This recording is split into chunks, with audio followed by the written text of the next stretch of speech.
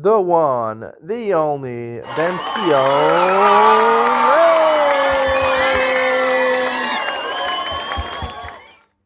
Morning and welcome to Yeshiva YouTube Table Enabled as we finish another week in Shulchan Aruch Yomi. Every week that we finish another week, I'm very excited to finish another week because this is my baby. This is my project that I've developed myself. Daf Yomi, Mishnah Yomi were not my ideas. Ian on those shiurim was my idea. I don't think anyone gives a consistent Ian shiur on Daf Yomi and either of them, Mishnah Yomi, every day, an Ian shiur on both. I mean, you can't find that. And I made up my own Shulchan Aruch Yomi cycle, and I give an Ian shiur on that also. So Yeshiva YouTube is the best yeshiva in the world by far, better than any brick and mortar yeshiva you're going to find. Reish Pei, 280 today. Assuming probably most people will be interested in Tashmish Amita b'Shabbos. The halachas is about being together with your wife on Shabbos. Only two halachas. Aleph Tashmish Amita mitanuye Shabbos. It's part of the mitzvah of Onik Shabbos. Lefikach Onas Tamid Chachamim Abriyim Milel Shabbos Elel Shabbos.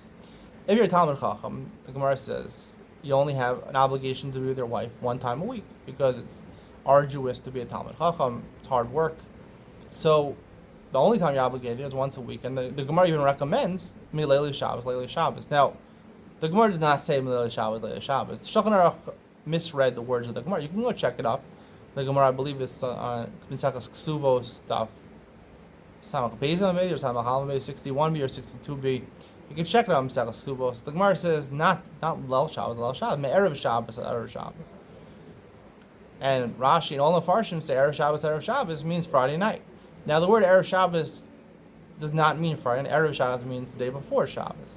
So if it was going to be during the night, it would be Thursday night. The Jewish day starts at night. This is a big mistake, a huge mistake, and it's sad. It's very sad, and it bothers me. I'm not going to elaborate on it here. I'm going to elaborate more on Ian Ben Sion, Ian to lean on. I have different names for all the Ian Shiurim. Ian to lean on. I'll explain to you why it should be on Erev Shabbos and not Lil Shabbos. This is a big mistake. You should not be together with your wife on Shabbos. It's not usher, but it's not recommended. I'll tell you why. Ian to lean on. Beis Mutter livo lechatchila b'tsula b'Shabbos ve'im mishum chova v'lo mishum sarla. This is halacha at the beginning of Masechus Ksubos. The Gemara has a discussion about this. Are you allowed to have, if you get married, let's say on Friday, it used to be the minute to get married on Friday, and they had the Friday night meal, as they only had one meat meal a week, was on Shabbos, so they had the wedding meal on a Friday night meal. Now, normally you're supposed to be together on the first night of the marriage. The psula, when you're together with her, it'll cause a wound. Blood will come out. You're not allowed to release blood on Shabbos. Right? Bris Milah is mutter because the Gemara says Hayom, Doga Shabbos. That's, if the Torah didn't tell you Bris Milah on the 8th day is Doga Shabbos, we wouldn't say that because it's Chobah, it's Malacha D'Oraisa. Here also, potentially, it could be Malacha D'Oraisa. Now, there's two reasons in the Taz why it's mutter. Taz says one reason is because the Gemara says Rov B'ki and B'Ataya. Most people are familiar with the concept of Hataya, means basically angling.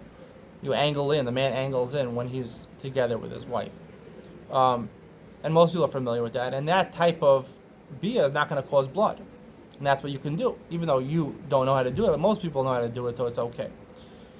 The second explanation is that the reason it's not a problem is because the Gemara has a question. The Gemara says, Dam chaburi michbar or mifgad pakid. The blood normally throughout the body is chaburi michbar, right? If I make a wound on any part of the body, the blood is at the surface of your skin. You make a small incision in your skin, the blood will come out. However, by the psulim, by the hymen of a woman, right, is the blood considered on the surface or is it considered to be more deep in? If it's more deep in, so if I make a hole in the hymen, so then the blood coming out is not a direct result. It's only grama. It only comes out indirectly, and therefore it's not malacha chavala.